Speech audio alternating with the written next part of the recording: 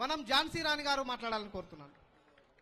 సభాధ్యక్షులు, వేదిక పైనున్న పెద్దలు, గౌరవనీయులు కొండా లక్ష్మణ్ బాపూజీ గారికి, ఈరోజు వివిధ జిల్లాల నుండి ఇక్కడికి విచ్చేసిన పద్మశాలి సోదరులకి, పత్రికా మిత్రులకి అందరు కూడా పేరు పేరున తెలంగాణ ఉద్యమ అభివందనాలు తెలియజేస్తూ, సోదరులారా చాలా కాలాతీతమైంది. ఇంకా పెద్దలు మన యొక్క ముఖ్య అతిథులు చాలా మంది ఉద్యమకారులు మాట్లాడాల్సింది. 1-2 అంశాలు మీ ముందు ప్రస్తావించి నా యొక్క ఉపన్యాసాన్ని ముగిస్తాను. ఇవాళ తెలంగాణలో మరి తెలంగాణ ఉద్యమ కాంక్ష ఎంత తీవ్రంగా ఉన్న సంగతి మరి మిమ్మల్ని చూస్తే తెలుస్తా ఉంది. నిజంగా కూడా ఈ యొక్క వేదిక ప్రారంభమైనప్పుడు పెద్దలు రాపోల్ ఆనంద భాస్కర్ అన్న గాని, పెద్దలు చిల్వేరు కాశీనాథం అన్న గాని, అదేవిధంగా సోదరుడు అనిల్ కుమార్ గాని, మరి మన సోదరుడు ఎర్రమాద వెంకన్న గాని, తడక యాదగిరి గాని, పెద్ది జగదీష్ గాని, మరి కుసుమ జగదీష్ గాని, అదేవిధంగా శివ గాని, చాలా మంది మేమందరం కూర్చున్నప్పుడు తెలంగాణ రాష్ట్రంలో పద్మశాలీల యొక్క పాత్ర ఉద్యమంలో చాలా గొప్పగా ఉంది. ఈ యొక్క ఉద్యమాన్ని ఇంకా బలోపేతం చేసి ఈ ఉద్యమకారులన్నీ అందరినీ కూడా ఒక వేదిక మీదకి తీసుకురావాలి అని అనుకున్నప్పుడు నిజంగా ఇంత పెద్ద బహిరంగ సభ చేస్తామా లేదా అని చిన్న మీమాంస ఉండింది.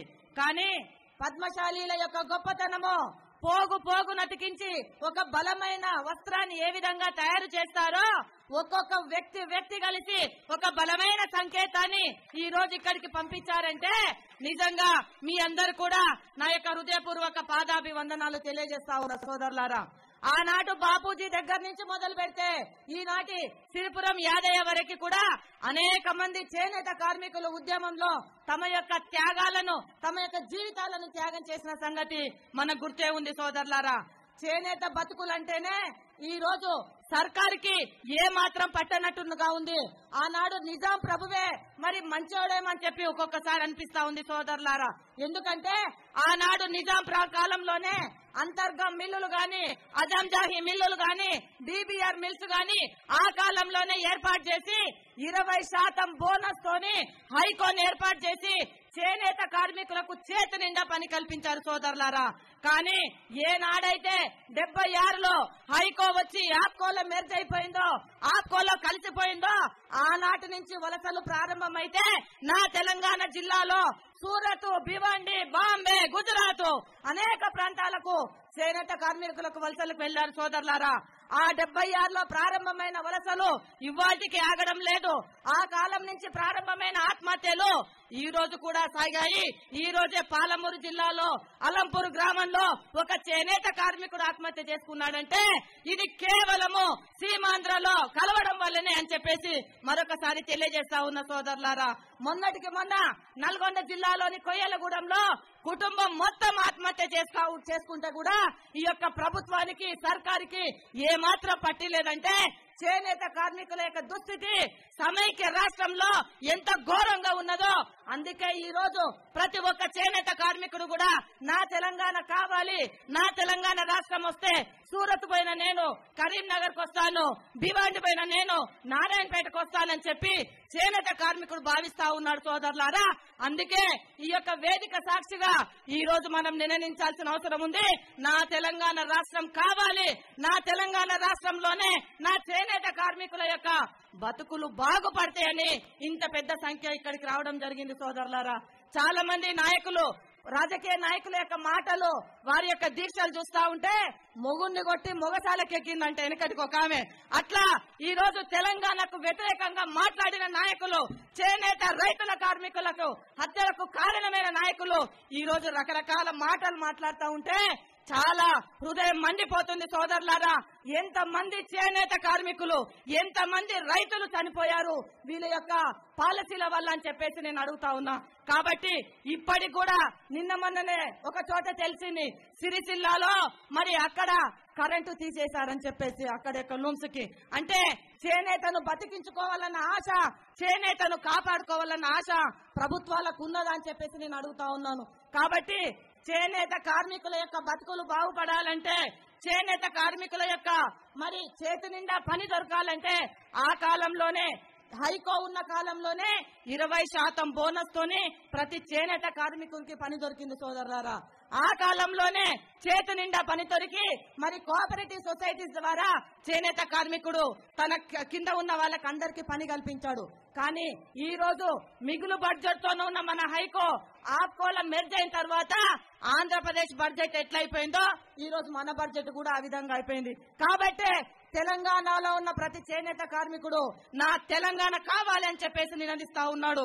ఆ యొక్క కోరికను మనం ఖచ్చితంగా రేపు డిసెంబర్ 31 తారీఖు తర్వాత కృష్ణ కమిటీ యొక్క రికమెండేషన్స్ ఏ విధంగా ఉన్నా, కృష్ణ కమిటీ సిఫారసులు ఏ విధంగానున్నా, కృష్ణ కమిటీ యొక్క ఏ మాట చెప్పినా కూడా ఒకటే మాట, ఒకటే గొంతుకతోని, ఒకటే ద్వారా మనం వినిపించాలి అవసరం ఉంది సోదరులారా. తెలంగాణ రాష్ట్రం కావాలి అనేసి, నా తెలంగాణ రాష్ట్రం తప్ప ఇంకా కృష్ణ కమిటీ రికమెండేషన్స్ ఏమున్నా కూడా చేనేత సోదరులు ఇక్కడ వచ్చిన ఎవరు కూడా ఒప్పుకోము అని చెప్పేసి ఇక్కడి నుంచి మనం తీర్మానం చేయాల్సిన అవసరం ఉంది సోదరులారా. కాబట్టి నేను ఒక 2 తీర్మానాలు మీ ముందు ప్రతిపాదిస్తా, మనం అందరం కూడా దానిని ఒప్పుకొని మరి మనం ఓకే చేసుకోవాలని కోరుకుంటూ, ఒకటి, కృష్ణ కమిటీ యొక్క సిఫారసులు ఏ విధంగా ఉన్నా, కృష్ణ కమిటీ రికమెండేషన్స్ ఏ విధంగా ఉన్నా మాకు సంబంధం లేదు.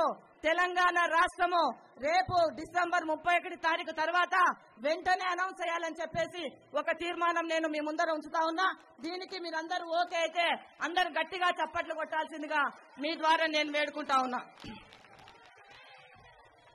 రెండవది సోదరులారా, ఈ రోజు మన సోదరుడు కైలాస్ చెప్పిండు ఎంత దారుణమైన విషయం అంటే, ఈ రోజు సోదరులు మన కడుపున బిడ్డిన బిడ్డలు మరి అనేక మంది 100ల కేసులలో ఇరుక్కుపోతా ఉన్నారు, ఇరికిస్తా ఉన్నారు బలవంతంగా సోదరులారా.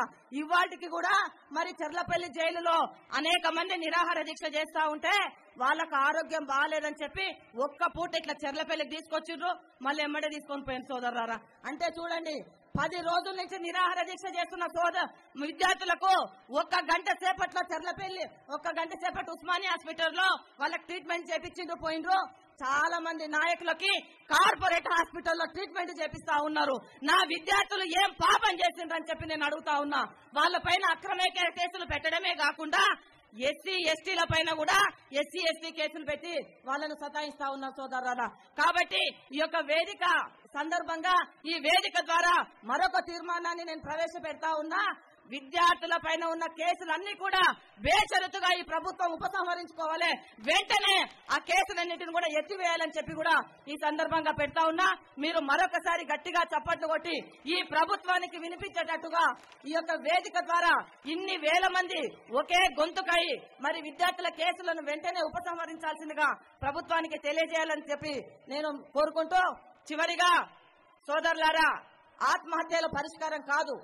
ఆత్మహత్యలు అనేటివి అది మీ తల్లులకి, మీ తండ్రులకి, మీ యొక్క కుటుంబానికి ఎంతో కడుపు కోత కలిగించేది. పోరాడుదాము, పోరాడి తెలంగాణ సాధిస్తాము. ఆ పోరాడి సాధించిన బంగారు తెలంగాణలో మనం బ్రతుకంతా భవ్యంగా చేసుకుందాము. అంతే తప్ప మరి మనం యొక్క ఆత్మహత్యలు కాదు, మన చరిత్రలో ఆత్మహత్యలు లేవు. కాబట్టి మనం పోరాడి తెలంగాణ సాధిస్తాము.